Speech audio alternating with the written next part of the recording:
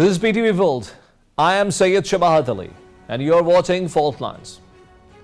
Fear mounts across the world over the newly identified variant of coronavirus called Omicron. Governments around the world are scrambling to protect their citizens from a potential outbreak. Scientists believe that the new mutation is stronger and more transmissible. It was first discovered in South Africa and has since then spread rapidly in many other countries. Scientists believe that as long as a large portion of world's population is unvaccinated, variants will continue to appear. There are many conspiracy theories around this subject. Some popular ones are that the profit-driven pharma industry is deliberately creating the crisis, as vaccination has become a lucrative business. People also have questions about the detection of virus through these dubious testing kits. We have therefore invited top experts in today's program to shed some light on the subject. Watch the package prepared by my team before I bring my first guest to the program. The distressing emergence of new contagious coronavirus strain has jolted world governments, stock markets, and scientific community. The fear of a global coronavirus tsunami, exponential in magnitude than Delta variant, has left governments scrambling to contain the novel Omicron strain by imposing fresh travel curbs and lockdown restrictions. As the new variant has started gaining foothold in Asia, World Health Organization has advised the Asia-Pacific region to ramp up their health services and increase inoculation rates ahead of an expected surge in coronavirus cases. Scientists have warned the international community on several occasions about the risks of very new variants in places where there is a very low rate of vaccinations. New wave of COVID-19 has sparked debate about global vaccine inequity, which is creating breeding ground for vaccine-resistant variants. According to UN statistics, around 65% of people in high-income countries have at least one dose of vaccine against the coronavirus, but just over 7% in low-income countries. U.S. President Joe Biden stated that the discovery of new variant demonstrates that the pandemic will not end until the entire world has equal access to vaccines. Francesca Rocca, the president of the International Federation of Red Cross and Red Crescent Societies, emphasized that the emergence of the Omicron variant of the coronavirus is the ultimate evidence of the danger of unequal vaccination rates around the world. It's a matter of time until an even more dangerous coronavirus variant emerges if we fail to vaccinate the world's most vulnerable populations. My first guest in today's program is Dr. Amjad. He is an experimental medicine researcher at Oxford University. He's a double graduate of Oxford University with expertise in target structure, drug discovery, and clinical trials. Dr. Amjad, welcome to the program. Thank you, Shabahat, for joining me today. Dr. Amjad, we are today discussing the new development of the variant of this COVID virus. And many people ask the question about this mutation of this virus. How can this virus create new breeds or new species or come up with new variants so rapidly? We do not see the same tendency in other animals that are living around us. Shabahat, as soon a virus enters into a host cell, naturally it starts replicating itself very rapidly. It's a natural process and it's under pressure. So during that natural replication process, the virus makes copies of itself and make mistakes. So as a result of these mistakes, you see these different variants of the virus formed. Some of these variants are the different forms of the virus. Maybe okay for the may not be harmful to the virus itself. For example, it may make the virus less useful. But some of these mutations could make the virus survive in the host condition for longer time.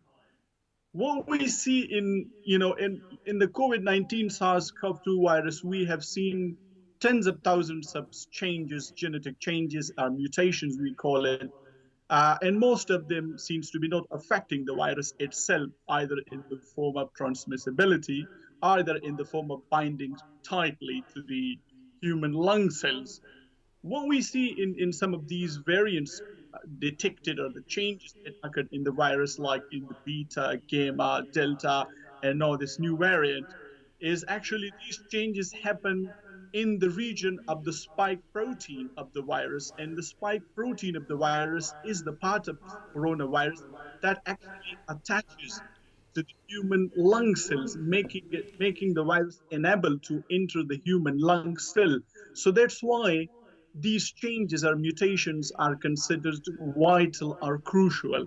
Uh, these changes can make the virus bind it more tightly to the human lung cells, as well as it can help the virus help in in rapid transmission from one to another.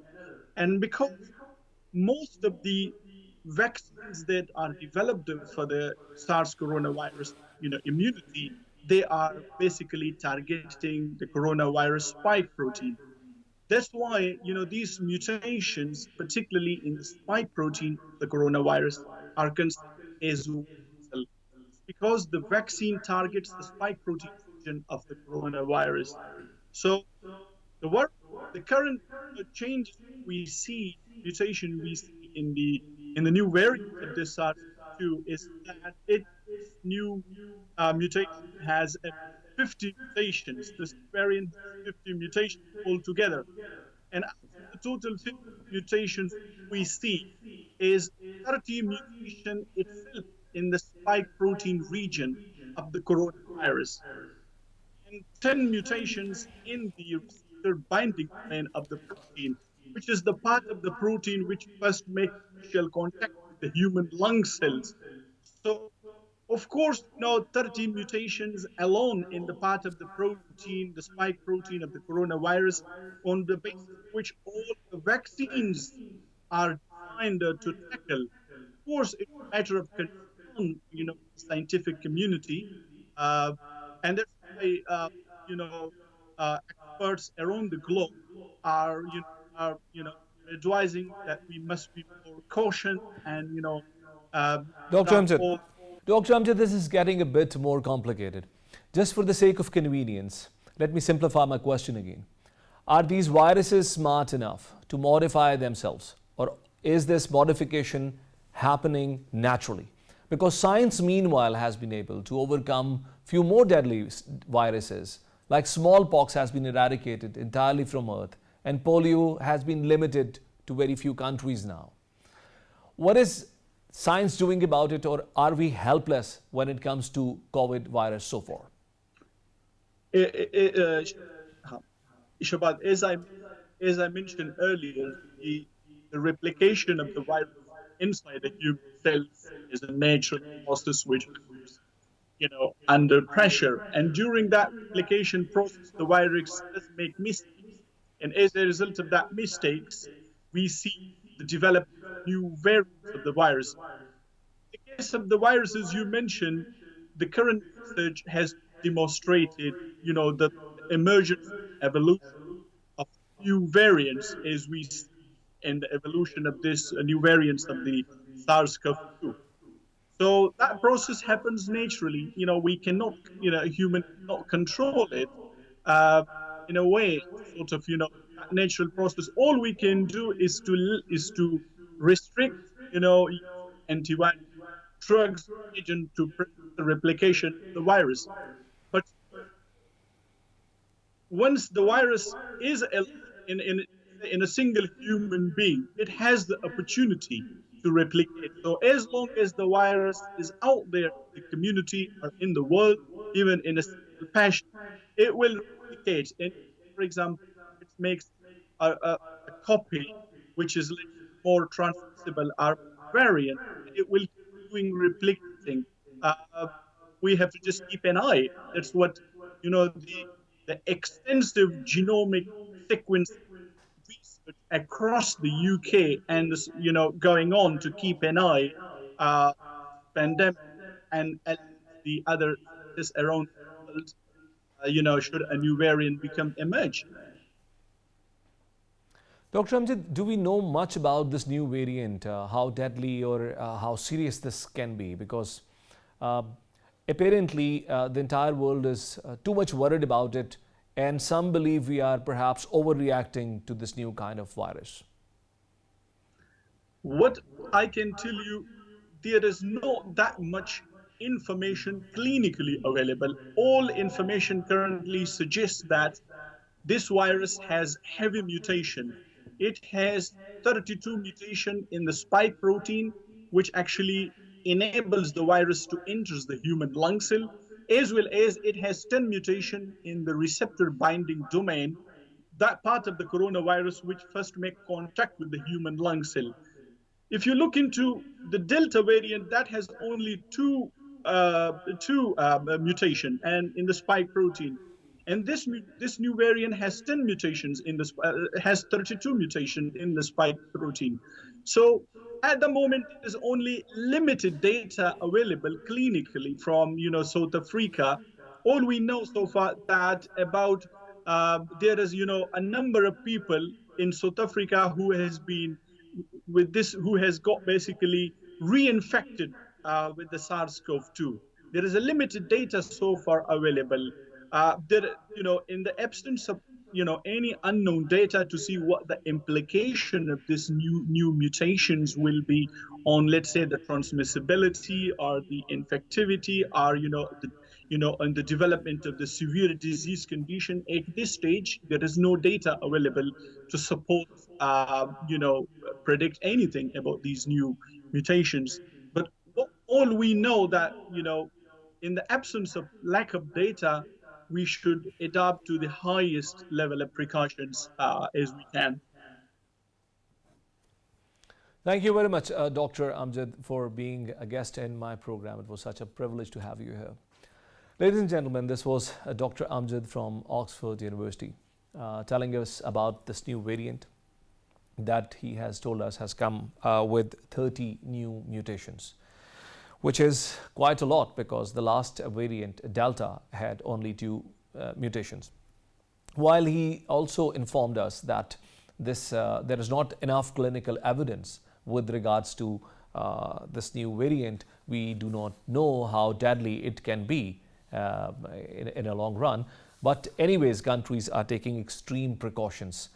Some countries have also boycotted or stopped the travel or have imposed travel restrictions on flights coming from South Africa, which is also turning into a political problem.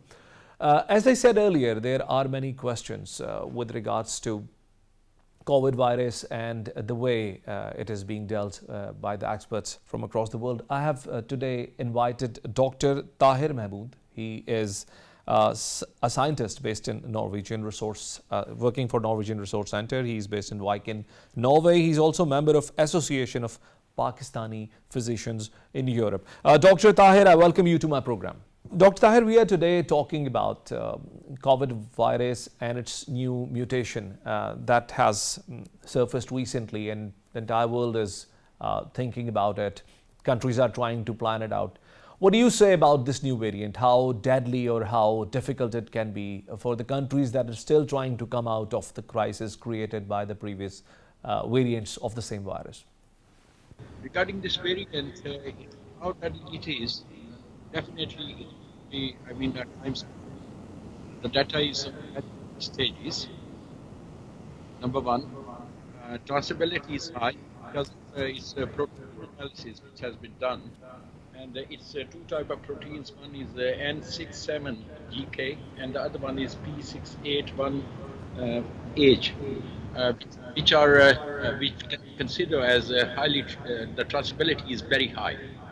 So that's all it is so far. It started with 1, 2, 3, 4, 5, 6 numbers in different countries of Europe, starting in Denmark, in Norway, in many countries. Starting from Africa, basically, South Africa. So traceability is high, how deadly it is, how severe it can be. All these are the questions of the future.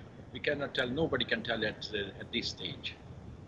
Dr. Tahir, we are detecting these viruses or this new variant of this virus with our old testing kits. Now, this also gives birth to many questions. People also ask, how can a testing kit detects something which was non-existent till yesterday. Please tell us more about the way we detect these viruses and we come to know about their new mutations. We have people have manual kits as well and PCR tests as well, which is a presently existing system, and it works very well. Absolutely not a problem to detect it. But this is a new variant. How do we then know that this is a new variant which wasn't there before? Yeah, surely, but the PCR has the ability to detect it because all these PCR machines has been starting detecting it at the moment. And So Dr. absolutely. Tahir, when it comes to the vaccines, most of the people who have been vaccinated are now concerned, will these vaccines stay effective against this new variant of the virus? This is something even we don't know because against each spike protein, the vaccines are developed to produce the antibodies. So definitely, I mean, there is a autoimmune system on one side, but when we are trying to produce through the vaccines, the antibodies, so surely at that stage, it is relevant to the spike which is present within the virus. So now, whether it's Pfizer or any other vaccine company, we don't know. I mean, all these are the questions of tomorrow, of the next stage. As the data will be appearing, will emerge, so we'll be able to know the exact performance of these vaccines. But I'm sure there must be many researchers going on in different parts of the world with regards to checking the efficiency of the pre-existing vaccines when it comes to this kind of virus. The research was very much relevant to, certain variants as we move from beta to delta and further up. You know, delta was the one that took over, but now we are expecting this new virus will take over, and surely the research starts up straight away. But you cannot say because the body nature, some people immunity which is developed can recognize and some recognize this virus, but maybe some people's body would not recognize. Dr. Tahir explained how science is currently trying to investigate into the efficiency of the pre-existing vaccination. We don't know as yet whether the vaccines that we have all used will stay effective against this new variant or not. And if not, this will just kickstart another cycle of economic crisis. When it comes to Pakistan, we are quite worried about the fact that the new variant might again play havoc with our health system and with our economy. I have invited in my program a guest who is an expert, Pakistani scientist, as well as a doctor by profession, who is first-handedly dealing with the COVID virus challenges in Pakistan. He is Dr. Saeed Khan, PhD postdoctorate from University of Washington, D.C. He's a professor of pathology at Dove Medical University of Health Sciences. He's among the pioneers of COVID PCR tests in Pakistan. Dr. Saeed, welcome to my program. My first question is, how seriously Pakistan is concerned with the emergence of this new variant of COVID virus? Thank you, Shabahat, for taking me into your program. Pakistan is very much serious about this new variant, like the rest of the world. Is Omicron emerging is a very serious threat in the coming future because it is spreading very fastly, and the world is concerned about this. As the WHO has announced, this virus is spreading very fast, and the government has taken many steps, particularly on the airport, to screen the passenger who are coming from abroad, as they may be the main source of bringing this variant to Pakistan. So the government is alert, and the health department, particularly on the borders and on the airports, they are screening the passengers for this variant. Dr. Said, have we done any specific research in Pakistan with regards to understanding the seriousness or the challenges that this virus is posing to our system? The research is underway, and so far the genome sequences indicating that this virus has more than 50 mutation only 30 in the spike region, which are very much important for its high and fast spreading and it deceiving the immune system. We call it escape mutations, and it's firmly bind with the ACE receptor. So these mutations enabling this new variant to move very fast and transfer from one person to another, and so from one country to another very fastly. And that's the reason that WHO has declared this a variant of concern. More research is underway because how much lethal it is, it's yet to be known, and researchers are working on it to check how much lethal it is. But so far, the news which is arising from these country where these variant is already exist, very less deaths or hardly any deaths are reported so far. So the good news there is that so far is not that lethal, but the bad news is that it is very fastly spreading, and its spread is far more faster than the last variant, that is Delta variant. Dr. Saeed, when it comes to vaccination, Pakistan has also taken the task very seriously. The government had appointed NCOC, made the responsibility of NCOC to make sure that the vaccination process goes well. How well vaccinated Pakistan is today, and how much are you satisfied with the pace of the vaccination process going on in the country?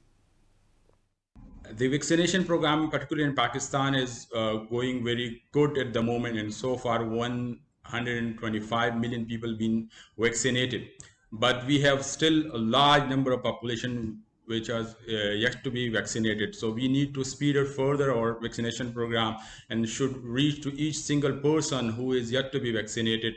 The government is trying their level best to speed up the vaccination program, and the good thing that we have at the moment that the positive ratio of COVID in the country is less than 1%. So this is a good golden opportunity that we should focus on the vaccination, speed of the program, and provide vaccines to each single person which is yet to be vaccinated in the country. So situation is quite satisfactory in Pakistan, but we should still be vigilant and continue our efforts to reach out for the vaccination, as well as to keep eye on the new variants, because the new variant can aid up to aggravate the situation.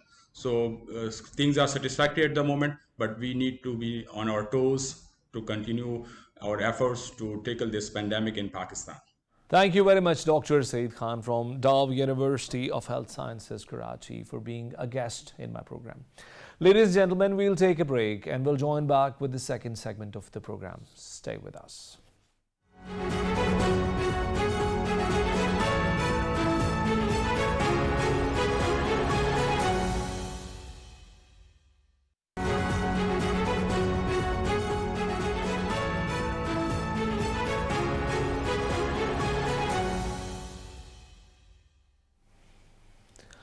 Welcome back.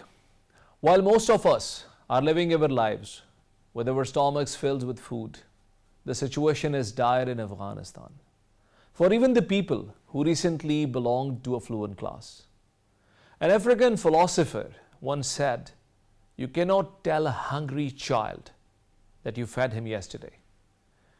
And this hungry child today is the state of Afghanistan, cut off from international financial system and pushed to hunger and starvation.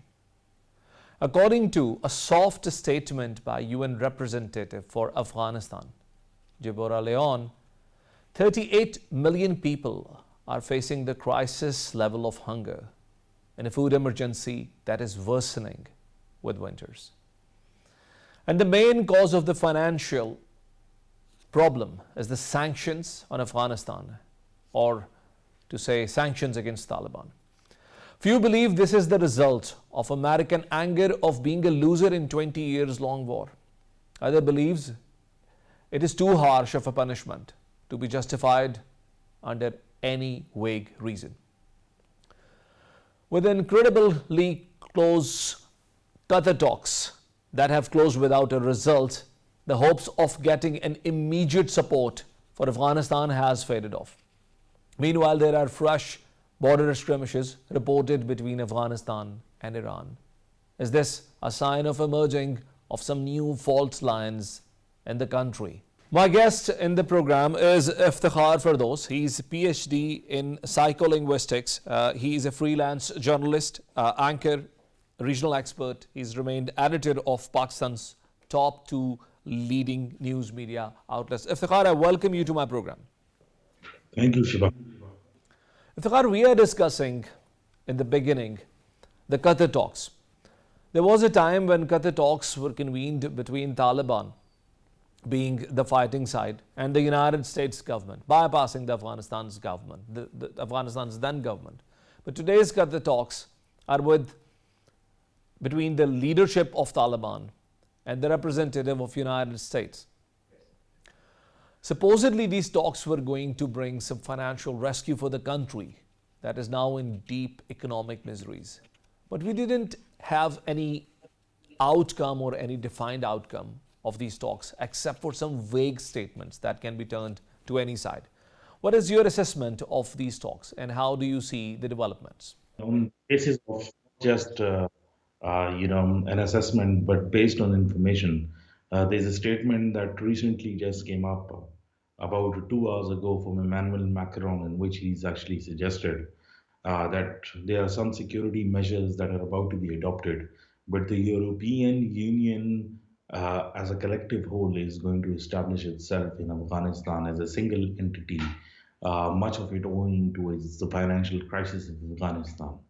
But as far as your reference towards the Qatar talks, the Doha talks are you're alluding towards, I do agree that the statements are not clear. Uh, but the statements were never clear. If you actually delve into the conversations, even in the real Doha talks that were happening before these ones, the first phase of the Doha talks, you would actually see a lot of vague statements coming out because most of these decisions are made behind the doors, and so the statements would not clarify a lot of things. I do know that within the diplomatic circles, even in Pakistan, that Afghanistan, or even the international bodies, they're actually trying ways to fund the Afghan food crisis, or in a larger term, the financial crisis. I saw a statement by a diplomat of one of the European countries the other day on a news website, which actually suggested that they wanted to invest in Afghanistan just to sustain the central bank without funding the Taliban. So these kind of statements, they actually look into the viability on because there is no sort of recognition that's going to happen anytime soon for the Taliban. And even if the European Union and in general many other countries put up their embassies or reopen their embassies in Kabul, that does not actually mean that they would be recognizing them, but they would actually be some sort of a understanding between both between these countries that will actually make it look that it's a kind of a workflow between them to help the humanitarian crisis rather than sustain the country. But the Qatar docs are not just incomplete Shabbat. They're actually making way for more talks. And two of the issues which I think are important to highlight is number one is the security paradigm that the US has raised.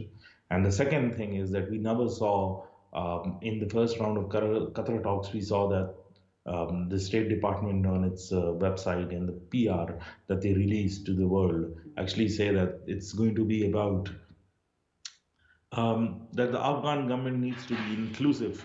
But we haven't seen that this time. There's no such statement about inclusivity. And the first thing, as I mentioned, is security. So obviously, security tops charts.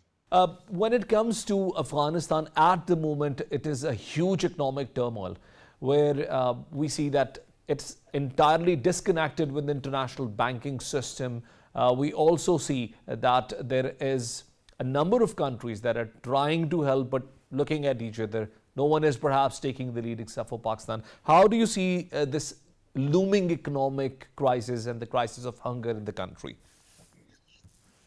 So Shabbat, I mean, I'll take it back because your voice broke previously in terms of, I couldn't hear you previously, but in terms of the security paradigms and the larger context that you are mentioning, Pakistan is one of those countries, and Pakistan has made that very clear from the statement coming directly from the Prime Minister himself, saying that till the rest of the countries do not recognize Afghanistan, Pakistan will also not recognize it. So that much is done.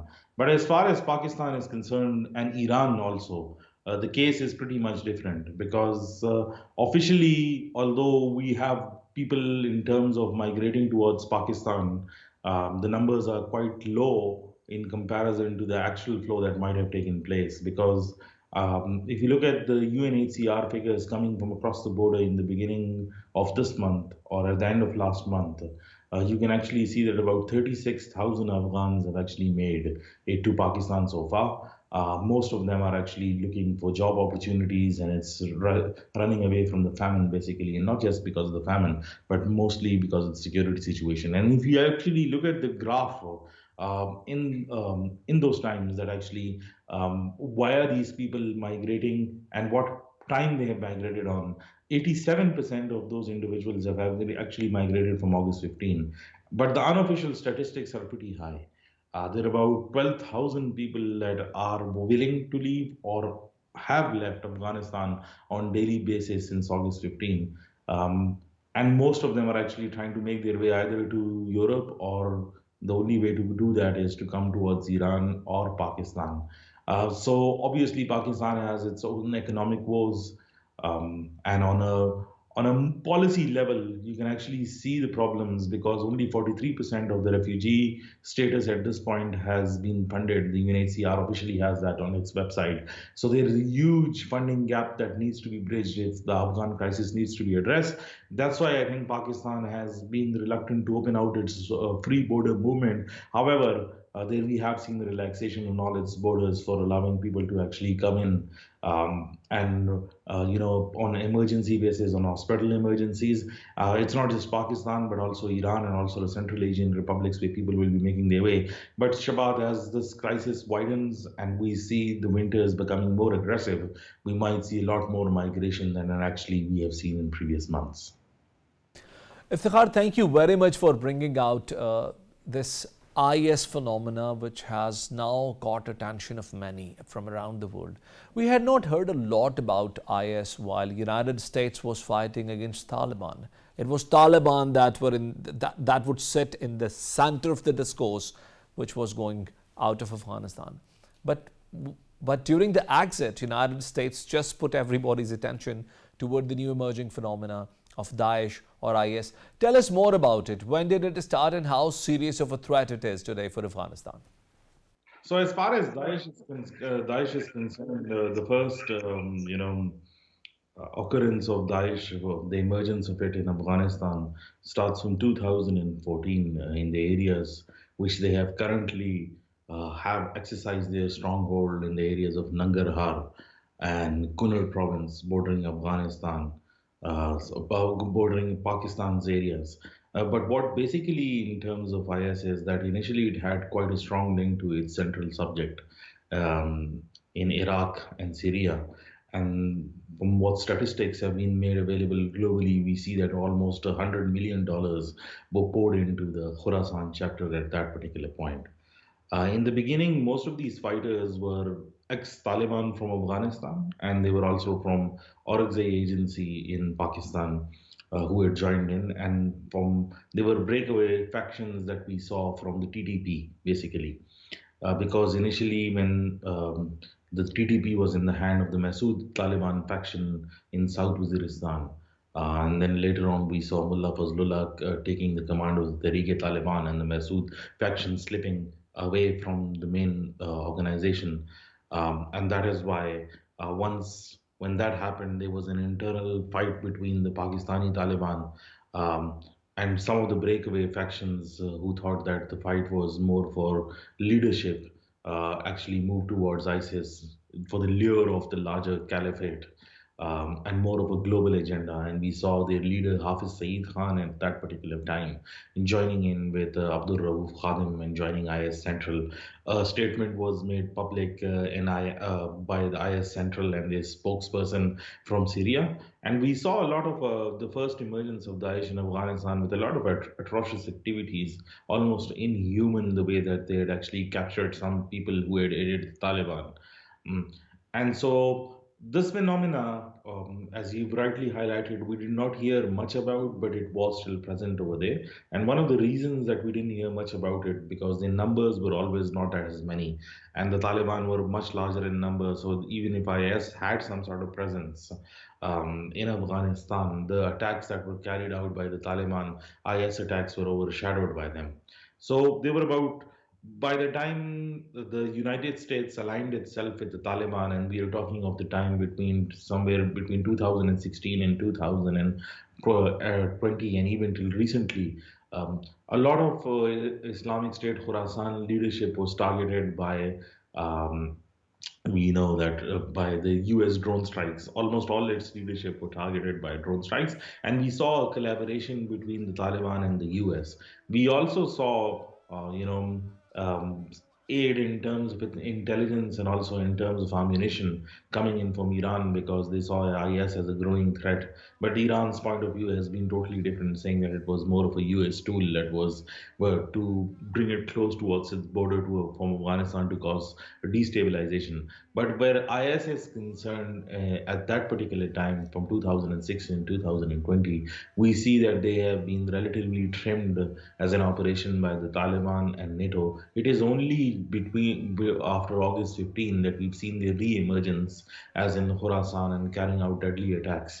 But Shabad, it's important to actually mention over here that why did this rise take place? As your main question is that most of them were actually jailed in Pule Charkhi and Bagram, and we know that some jails were actually left open by the fleeing ANA army, but also some jails were contested between IS and Afghan Taliban, and there is clear proof that there was some sort of fighting that took place between IS and Afghan Taliban in these jails. So the relative number that has actually come out is between 2,100 to 2,700 fighters that were there in these two jails in Pule, Charkhi and Bagram, where they've actually managed to escape, and that's why they've been able to reform themselves.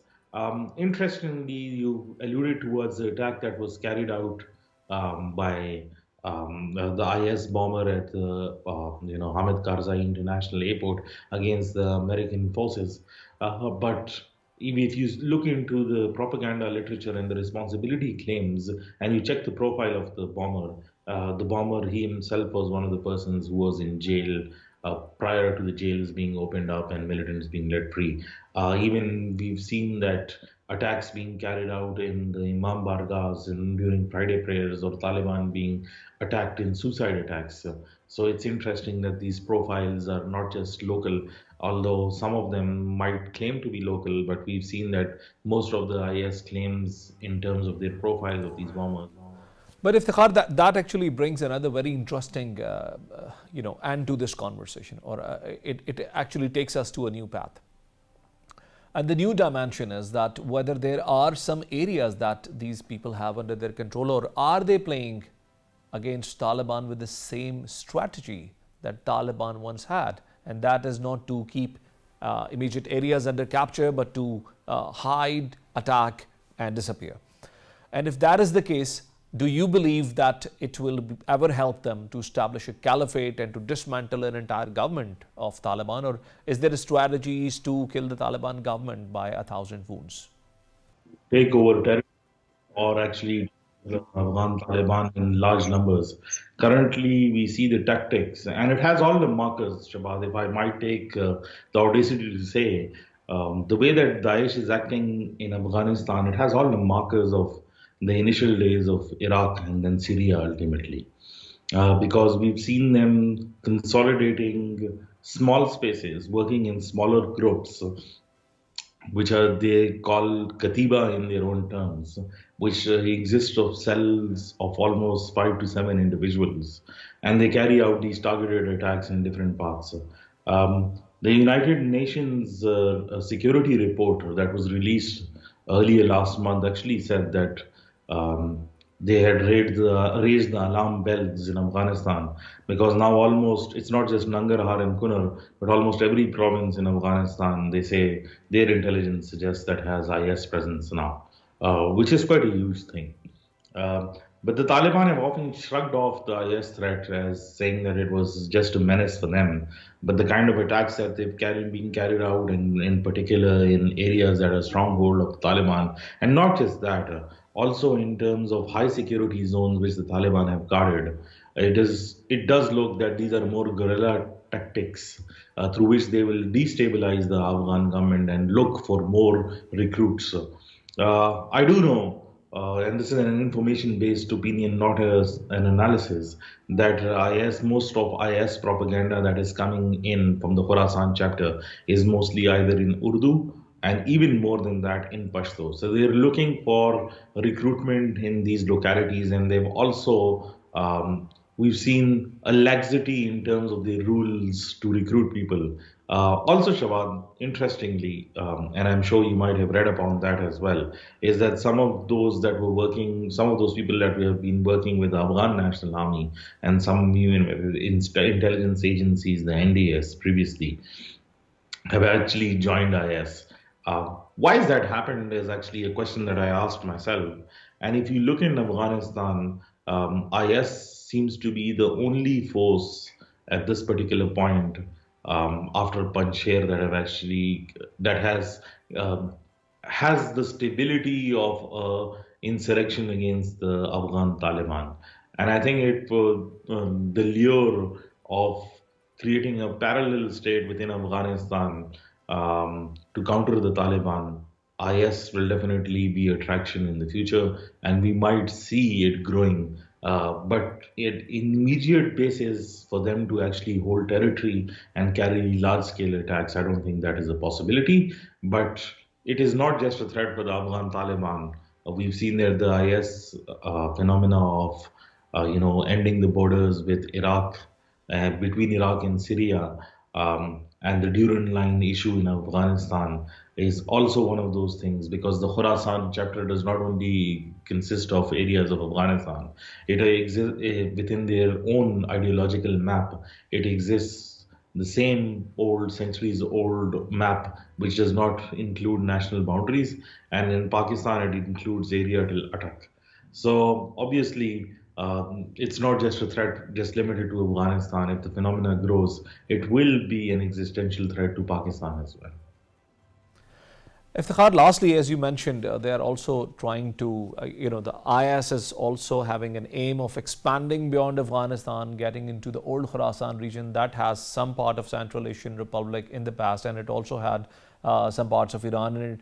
What are the relationships, or what is the strategic significance of Iran's relationship with Taliban? We understand Iran had thrown a lot of support behind the previous regime in Afghanistan. But recently we saw skirmishes happening on the border between Iran and Afghanistan. So how is the relationship between the two at the moment, and how do you see this going forward? Shabazz, if you look into the near past, not even like decades old, we see that Iran has always maintained a dual relationship with the Taliban. Although ideologically and even sectarianly, it does not actually match up with the Taliban. But we do see deep ties with the Taliban leadership, and not just the Taliban leadership. It's now a well known global fact that Iran did enjoy deep ties with Al Qaeda as well at some point. So Iran finds itself in a position. Where it has to mark its own ideological and territorial boundaries, because um, and to put it into a very larger context of this conflict that is emerging that has sectarian markers, the United States, in Syria and Iraq, and then Iran's own ideological boundaries and its help to Bashar al-Assad simultaneously. It's also a well-known fact that some of the militias who are known as the Fatimiyun were recruited from Afghanistan and then used in Syria and Iraq to bolden up the Assad regime simultaneously. And we've seen that conflict also coming home because a large number of those people actually came back to Afghanistan. So Iran does have a deep and intricate relationship with Afghanistan. We've seen their special representative from Afghanistan making two visits into Kabul, Hassan Kazimi. We've seen him speak to the foreign minister last month in November, at the end of November. But then suddenly this skirmish started. It's interesting that Pars News and other official and semi-official news agencies from Iran have actually not elaborated much upon the incident, saying that it was just a misunderstanding that actually has now ended. But obviously, in Nimroz, where this incident took place, the reports on ground suggest that there was heavy weapon and artillery used between both sides.